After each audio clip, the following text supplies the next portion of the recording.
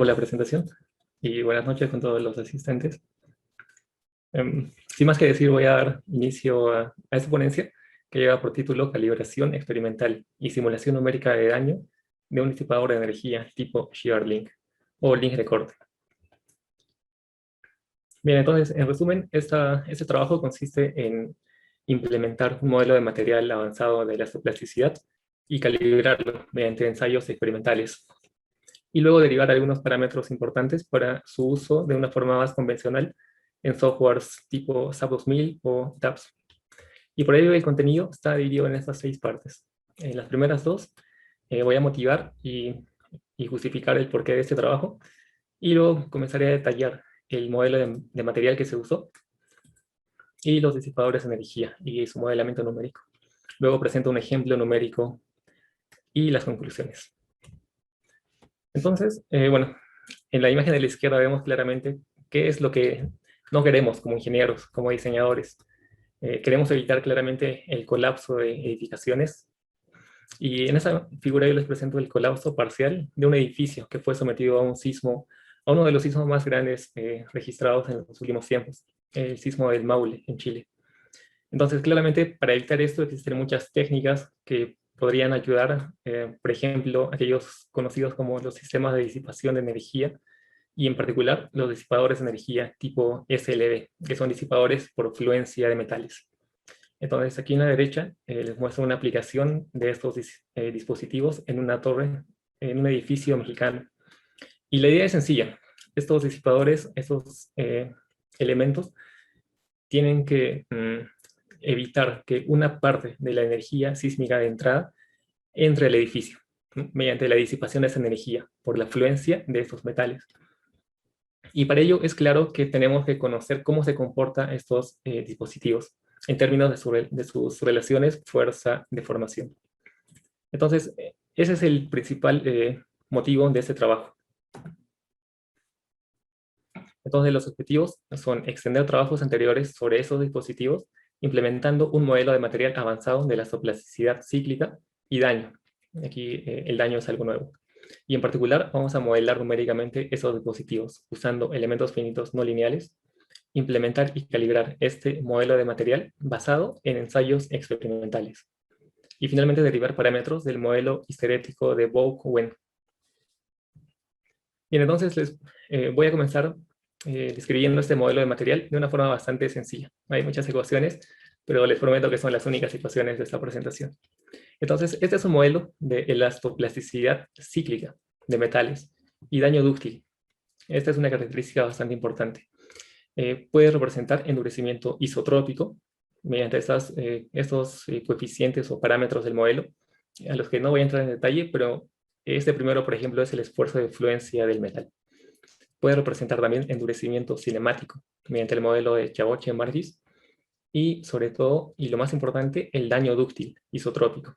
Esta es una medida de daño continuo basado en el modelo de la medidora de Chavoche, a partir de una variable interna de daño escalar, esta letra D, ¿no? Y básicamente lo que hace es, mediante la hipótesis de equivalencia de deformaciones, el tensor de esfuerzos, que es este tensor que se puede representar en una matriz de 3×3, ¿no?, de los esfuerzos sigma xx, sigma xy, tau xz, etc. Con daño, que es este sombrerito, es igual al tensor sin daño, pero multiplicado por esta pequeña variable, ¿no?, donde está presente el daño. Cuando esta variable es 0, significa que no hay daño. Y en el caso límite, cuando es 1, el material está completamente dañado, ¿no? Y bueno, eso tiene un fundamento en áreas efectivas, áreas de material, pero bueno, no es necesario detallarlo de esta forma. Entonces, cuando uno habla de plasticidad, se refiere a cuando el material ha excedido el límite elástico, ¿no?, este límite lineal que la mayoría hemos estudiado. Y para ello necesitamos 3 ingredientes, como visto desde un punto de vista de una receta.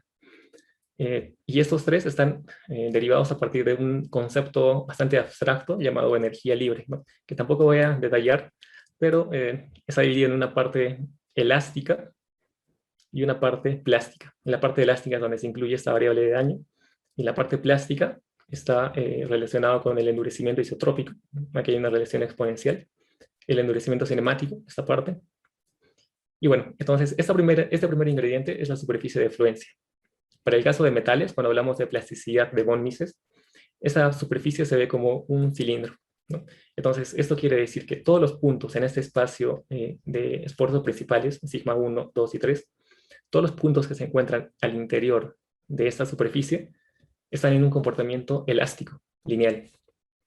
Y cuando un punto se encuentra en la superficie o sobre la superficie, entonces está en una etapa plástica. El segundo ingrediente es la regla de flujo plástico. Eso quiere decir que todos los puntos que se encuentran sobre la superficie, cómo es que van a evolucionar en términos de deformaciones, ¿no? La tasa de deformación, cómo evoluciona. Y el tercer ingrediente es las leyes de endurecimiento, lo que quiere decir cómo esta superficie va a crecer o encogerse y desplazarse en este espacio. Bueno, entonces, sin mayor detalle, todo esto puede ser traducido en muchas ecuaciones algebraicas e implementadas en algún lenguaje de programación. Por ejemplo, en este caso se decidió implementar en Python, porque es un lenguaje de código abierto y tiene bastante documentación, ¿no? Bastante conocido en ingeniería. Entonces, por aquí les muestro un pseudocódigo en una versión extendida de ese trabajo. Eh, Básicamente se usó un esquema de mapeo de retorno. Se necesita un proyector elástico, tiene que corregirse con un corrector plástico, y etcétera, ¿no? Hay un montón de pasos de por medio, pero la idea es implementar este modelo de material. Entonces, una vez que se tiene implementado, hay que validarlo, hay que asegurarnos que esté correcto. Y para ello se usan algunos resultados analíticos en literatura, por ejemplo, esta referencia del año 95, en el que se presentan dos soluciones analíticas y numéricas para estas dos situaciones. Entonces, en curva negra presento el resultado analítico de esa bibliografía, y en la curva roja el resultado numérico, producto de la implementación de este modelo. Entonces vemos que hay un buen ajuste en términos de la evolución del daño, ¿no? Esta variable D, que aumenta desde 0 hasta un valor lejano de 1, con la deformación. R es una medida de deformación, ¿no? Para el caso de tensión uniaxial. Igualmente, en términos de esfuerzo de deformación, esta curva se reproduce exactamente los resultados de la literatura. E igual para este otro caso de elastoplasticidad cíclica, ¿no? En este caso estamos reproduciendo ciclos de histéresis para un punto material. Y por aquí otros componentes de un tensor del modelo. Entonces, de esta forma es que el modelo queda completamente validado. Y una vez que lo tenemos validado, se puede explorar un poco más el modelo y ver que puede representar, por ejemplo, la pérdida de rigidez por carga cíclica, ¿no? Aquí vemos que en cada ciclo la rigidez puede disminuir. O también el endurecimiento por carga cíclica, ¿no? Mientras más se hace ciclear este material, entonces se endurece. Y al final hay una especie de saturación, ¿no? Donde ya no va a endurecer más. Entonces, estos son comportamientos de los metales y que este modelo puede reproducir. Ahora les presento el modelo numérico relacionados a estos disipadores de energía tipo SLB. En particular se estudian dos de estos disipadores de energía del tipo shear link, llamados SLB. Son links de corte, ¿no? Y están presentados aquí el primer tipo y el segundo tipo, ¿no? Que son diferentes versiones de este dispositivo. Y estos funcionan básicamente por esas celdas disipativas, que son bastante delgadas. Ahí es donde comienza la disipación de energía y liberan esa energía, ¿no? Disipan energía de entrada de edificaciones u otros tipos de sistemas. Entonces se decidió usar estos dos disipadores porque son de sencilla manufactura, de una rápida iniciación de la disipación de energía, y además que tienen unos atiesadores horizontales que retrasan el paneo del alma, ¿no? Por ejemplo, aquí les muestro una simulación de hiperelasticidad de largas deformaciones del caso SLB2, en el que al no tener estos rigidizadores, el alma pandea y hay desplazamientos fuera del plano. Esto no es deseado. Y claramente con estos elementos, el disipador se vuelve más dúctil, ¿no? Con un comportamiento más deseado. Luego se generan estos modelos numéricos usando elementos finitos hexaédricos de 8 nodos y 4 puntos de integración para los dos casos, ¿no? Se ven que son modelos bastante pequeños en altura, físicamente, a más de 90 centímetros de alto. El espesor de las celdas son de 2 milímetros, bastante delgados. Y se implementa el material bajo el esquema de elementos finitos no lineales de pequeñas deformaciones.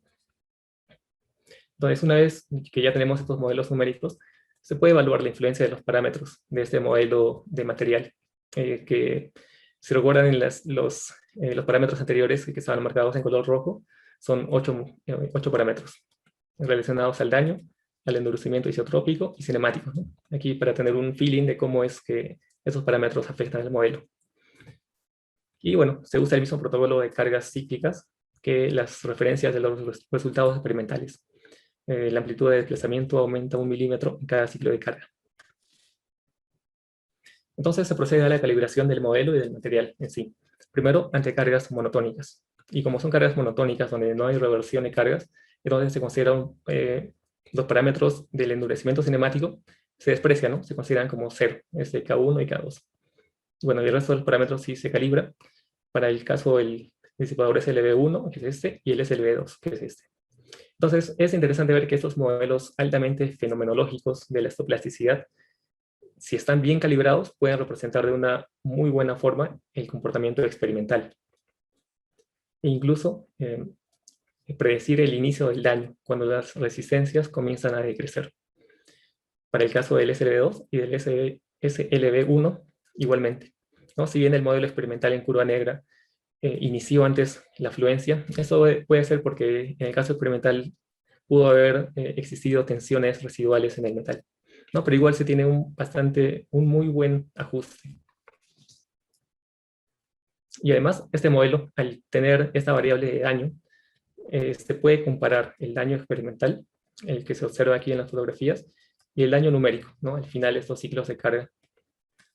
Y es bastante interesante ver que en este caso el daño está concentrado en forma de X en esta celda disipativa central y en las próximas. Y el modelo numérico está mostrando este inicio de daño y la forma del daño, ¿no? Y esto es bastante interesante, porque en un modelo de la elastoplasticidad más convencional, usualmente uno reporta sus resultados únicamente con los esfuerzos de von Mises, ¿no? Y básicamente aquí no nos muestra nada, no nos muestra cómo evoluciona el daño, dónde se origina.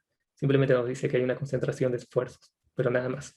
Y esta es una gran ventaja de este tipo de modelos que simulan daño, ¿no? Igual con el disipador SLB2, aquí el daño va a comenzar en una forma diagonal, tal como se ve en el caso experimental. Luego se procede también ante la calibración ante carga cíclica, ¿no? Igual se calibran todos los parámetros del material y los resultados en términos de fuerza de desplazamiento se muestran en esas dos imágenes, ¿no? En las que hay nuevamente un buen ajuste experimental numérico. Pero en el caso numérico únicamente se procedió a hacer el ciclo de desplazamiento hasta los 7 milímetros. Esto porque el esquema de elementos finitos es de pequeñas deformaciones y probablemente más allá de esa deformación ya no hubiera sido muy representativo. Pero de todas formas hay un muy buen ajuste para ambos casos.